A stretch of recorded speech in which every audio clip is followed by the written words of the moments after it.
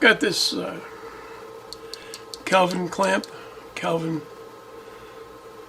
clip, and I want to use it. So I'm going to try to find out how to disassemble it. I think I can make connections down here, which is where they need to be made, here and over here. I think I can make them better if it's disassembled. So bear with me because I've never done this before.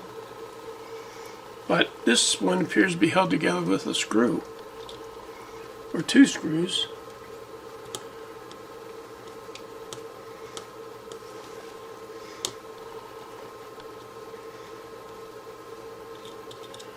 There's one screw.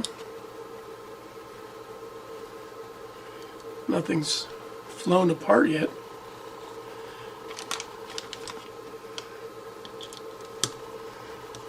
This should disassemble it.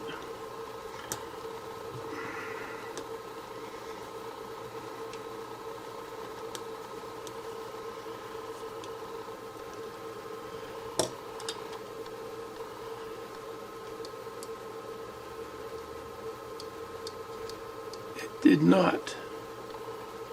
Okay, well.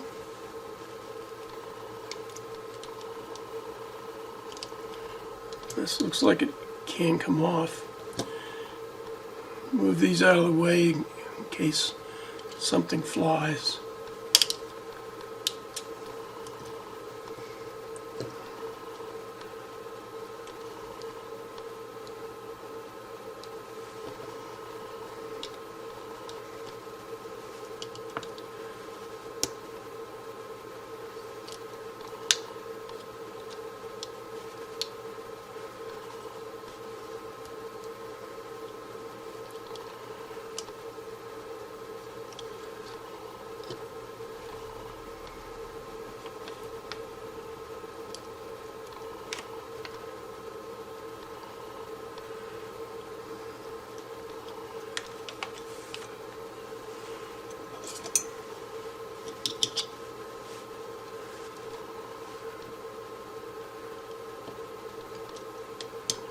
Alright, there we go. Didn't look too hard.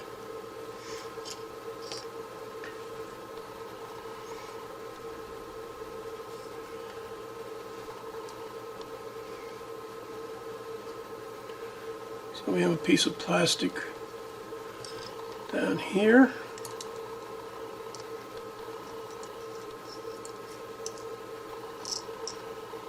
There's a couple little pins in it. And now this contact just lifts out.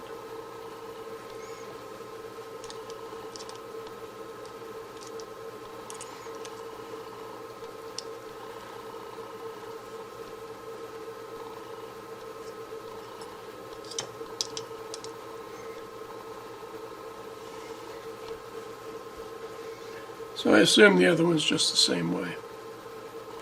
I'm going to use this 2-conductor cable. I've already pushed one of the strain reliefs over. I did not need to cut it. It's fairly tight. I mean, wow. It's really tight. And this 2-conductor cable is, it's like 3 millimeters in diameter, or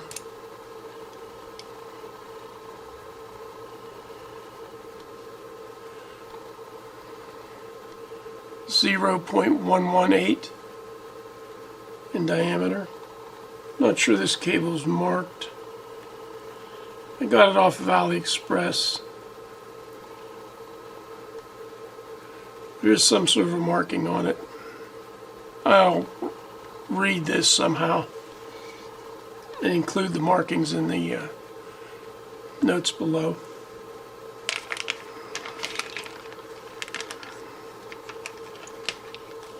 These come in color-coded pairs, one red, one black. 4 strain reliefs. I intend to position the cable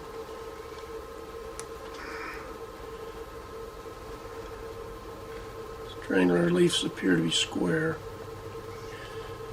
And one of the conductors will terminate right here. The shield will terminate right here. The other conductor is going to have to go inside like this and terminate here. I have a choice at this point to take the conductor here, or it's going to be a really thin conductor. I could carry it the whole way around the spring and back. I may do that.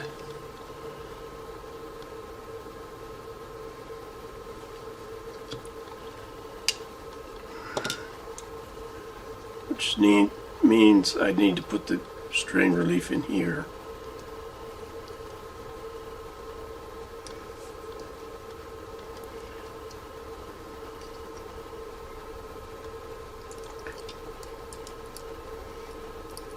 Now understand, I'm only carrying one conductor, so I'm not carrying the whole cable. And it would have to come back, let's say about that far. It's a good starting point. So what I'm going to do is strip the cable completely from here up to here. Cable seems to strip using number 12. And seems to strip best with a number 12 wire stripper. I'm going to remove the stranded wire. Remember, the shield terminates at this point. Put a little piece of heat shrink tubing over it. Don't ask me why it's green. Slide it up like that. Same for the other one.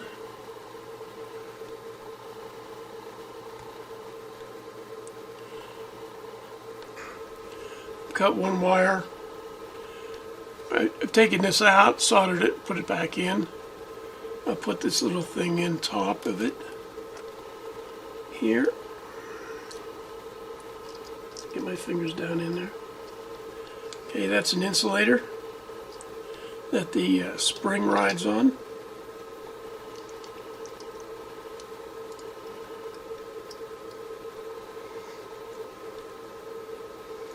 It allows the spring to slide back and forth while being insulated from the brass.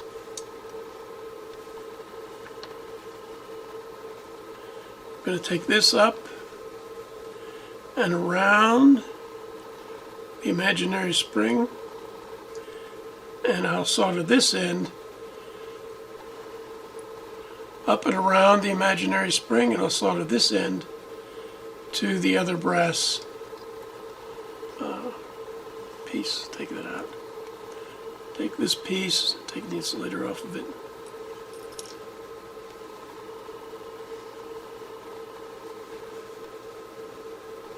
I'm going to solder this onto here.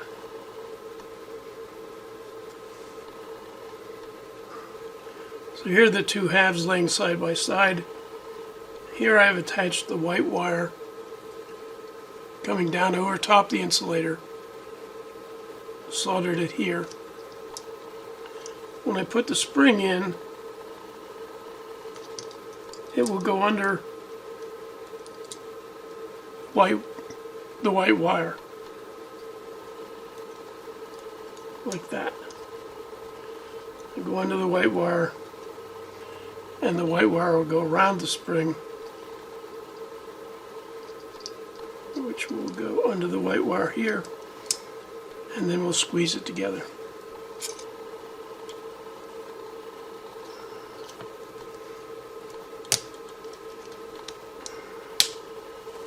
And there we go, squeezed together.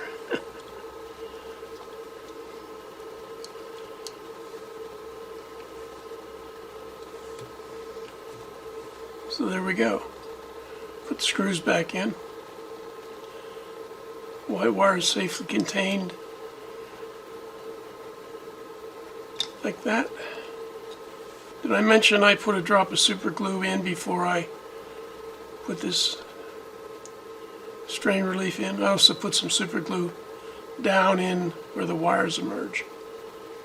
Maybe I forgot to say that. Now this thing stays together without the screws, but I think I'll install them. So like I tell everybody so often, you're going to put a sheet metal screw in a hole that's already been occupied. Turn it backwards till you feel it fall into the original grooves, and then turn it forward. That way you're not cutting new grooves.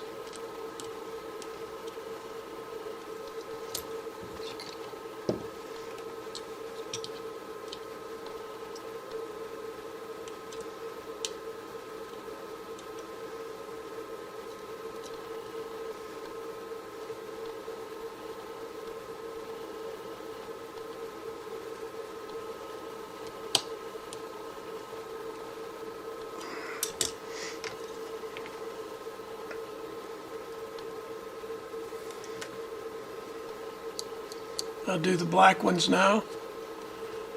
Same way. Move the screws.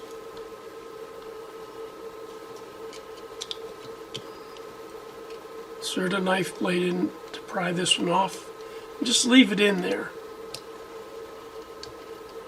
Do the same thing to this side. And bang, it springs apart. Take this half out. Save the insulator.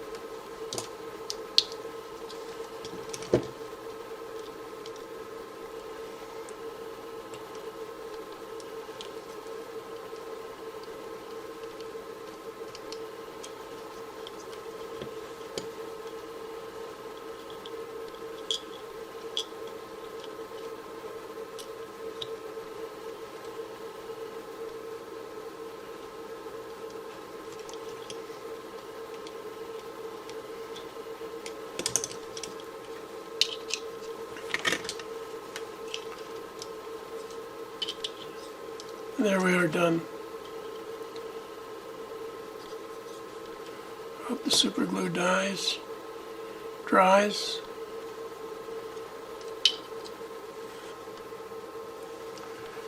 So with the leads fairly straight, go down a reasonable amount somewhere. Put a piece of heat shrink on with a hot air gun.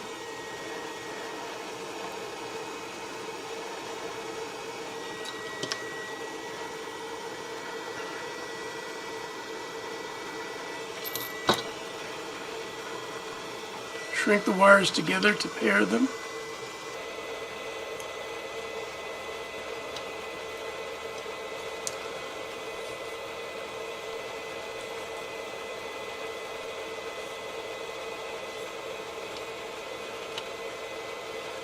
And do it again just for good measure.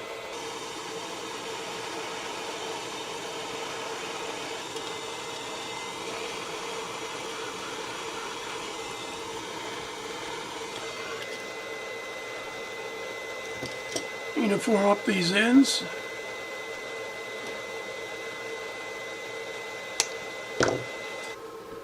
Put on the appropriate end fitting.